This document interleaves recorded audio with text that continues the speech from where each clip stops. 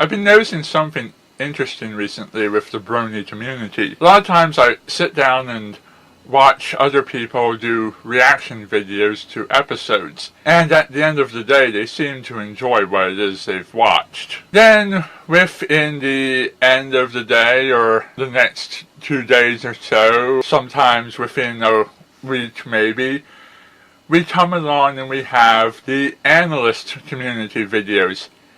And after taking time to analyze what they've seen and overthink it somewhat, they come out not liking what they just saw. And I've been noticing some of the things that have had the hugest impact on people's opinions as they watch their new episodes. One of the things that can take an okay, good, or great episode of My Little Pony and turn it into one of the worst episodes of the entire season is giving an episode too much hype.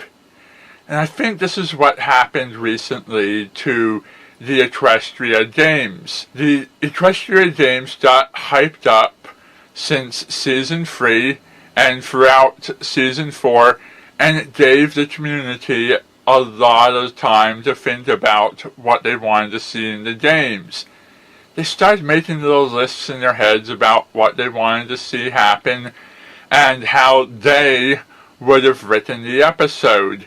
When the actual episode came out and they didn't get what was in their head, they got disappointed and they felt like the episode should have gone the way they imagined it.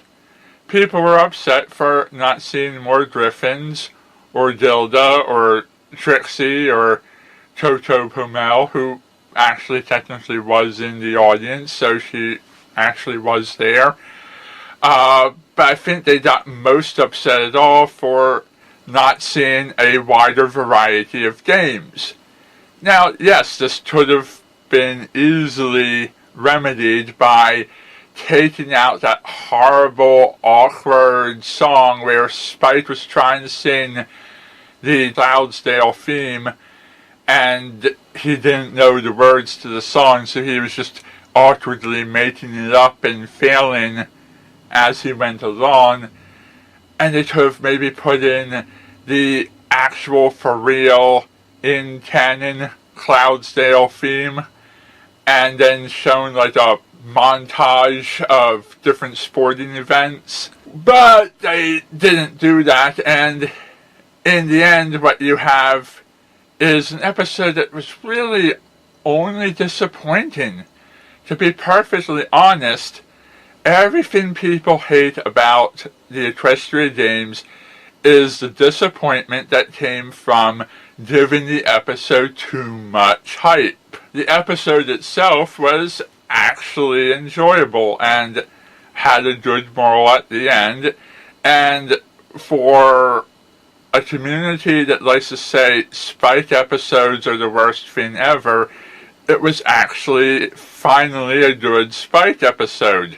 I find that overhyping things is something that works against a lot of movies as well. Another thing that can destroy a perfectly good My Little Pony episode is destroying headcanons. When a fan has something in their head that they believe so strongly should be part of the series, and then the series goes ahead and writes something completely different, that's the kind of thing that can upset people. Doing things like choosing the eye color for Vinyl Scratch, or giving an official name to a background character, like when they called Snowflake Bolt Biceps. These are things that can upset the community. Imagine, for example, if after all of this time of the fan community believing Applejack's parents were dead, and that's why we never see them, that they decided to have an episode explaining that her parents were just out of town and were actually still alive someplace. How many people might be upset by that? Look at also how many people were upset by revealing that Daring Do was a real person instead of keeping Daring Do a fictional character and then having Daring Do be a book series that was written by Rainbow Dash's father or Twilight's father or the father of one of the main six, and having Daring Do resemble Rainbow Dash because the character was being portrayed the way Rainbow imagined herself into the story. That's another thing that messes with people's heads, and when it becomes canon, fans get disappointed. It's like if you revealed that Stoodaloo wasn't an orphan, or revealed that Stoodaloo wasn't disabled this whole time. The more fans get something in their head, the more disappointed they are when it doesn't come true. Stealing people's waifus, if I'm using that term correctly. Anything relating to shipping, frankly. Anytime people have two ponies together in a relationship and they say, this two makes a perfect couple, if those two don't get together, then again, it's fan outrage time. And that's why people didn't like Trenderhoof and Flash Sentry. And any other time that you create a romantic interest for one of the characters, if you don't have Applejack and Rainbow Dash fall in love and get together, or you don't have Rarity fall in love with Fancy Pants, or Rarity fall in love with Spite, you're gonna have people angry. If Pinkie Pie falls in love with anyone else besides Cheese Sandwich, you're gonna have people angry. If you don't have Octavia and Vinyl Scratch as roommates, you're gonna have people angry. Anytime you break up the couples and mess with what's in people's heads, you're going to upset them. Other things that upset the fans is having characters be out of character or have them flanderized. So this is a little bit more legit one. If writers write a character a certain way and fans don't see them as written well, that's another thing that can really pull down an episode. This was the case with Philly Vanilli. An otherwise great episode, but for one short moment in that episode, it's horrible and it becomes a strike against the episode. Looking back on it now, knowing that it's coming, I can look past Pinkie Pie's reaction to Fluttershy, but it's still very unforgivable, especially your first time watching the episode. Another thing that fans really don't like is exposition and pacing. I hear these two things come up a lot when people criticize a review. They like to see episodes paced well, and they like to see just the right amount of exposition given. Not too little explanation and not too much explanation. And they like to see things paced well, not too little or too long on any one subject. This is a little harder thing to write because if you have no exposition at all in a story, then nothing ever gets explained and people can get confused. This was the case with the Breezies.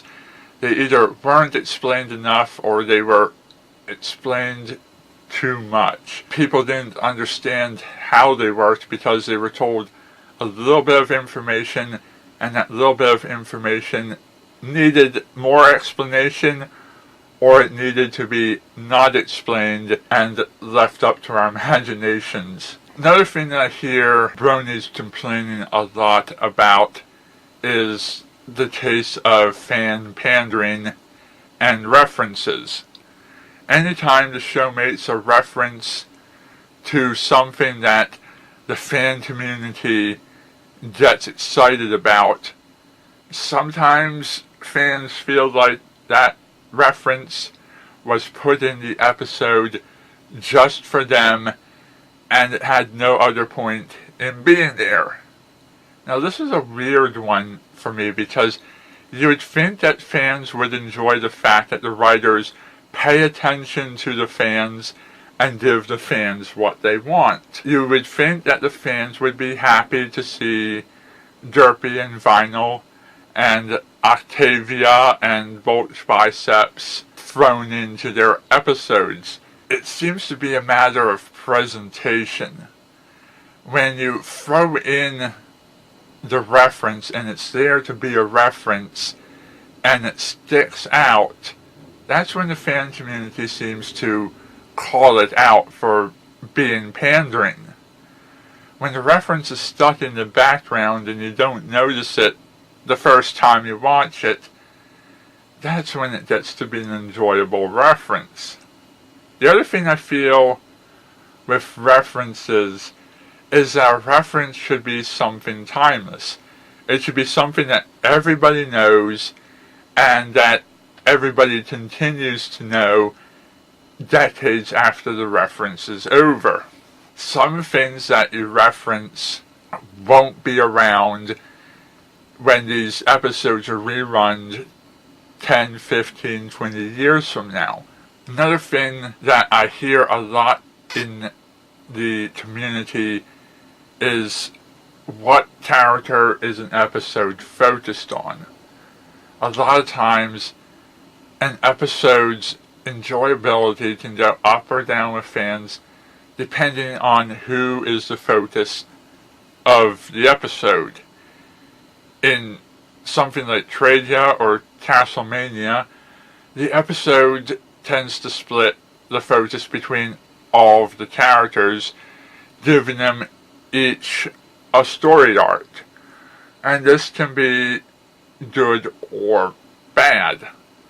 In episodes like Inspiration Manifestation or Pinky Apple Pie, the focus can be on just one character, or one or two characters, or some smaller number of characters, like having a Spite episode, having a Spite and Rarity episode. When the rest of the characters aren't there, you have to hope that the focus is on your favorite character. If they do a Rainbow Dash episode and your favorite character isn't Rainbow Dash, it can become a disappointment. But on the other hand, if you have an episode that tries to force all of the main six to have a role like they did with Rainbow Falls, and you realize that certain lines by certain ponies could be cut out and you could miss nothing, now it feels like you're trying to shoehorn in characters who don't belong.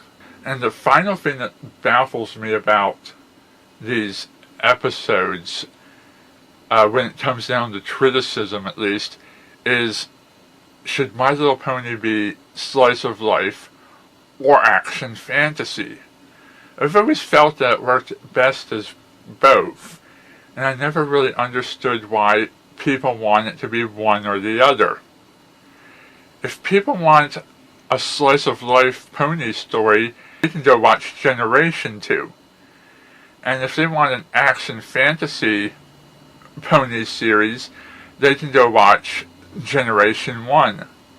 Generation 4 has always been both slice of life and action fantasy in the perfect blending of two genres in one. See, to say that Generation 4 has too much slice of life or too much action fantasy where things are happening all the time is to forget why the generation is great in the first place.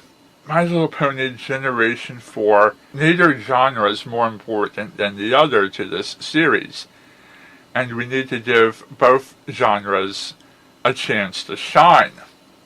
Anyhow, that's all I have time to talk about for right now. Thank you for watching, and good night.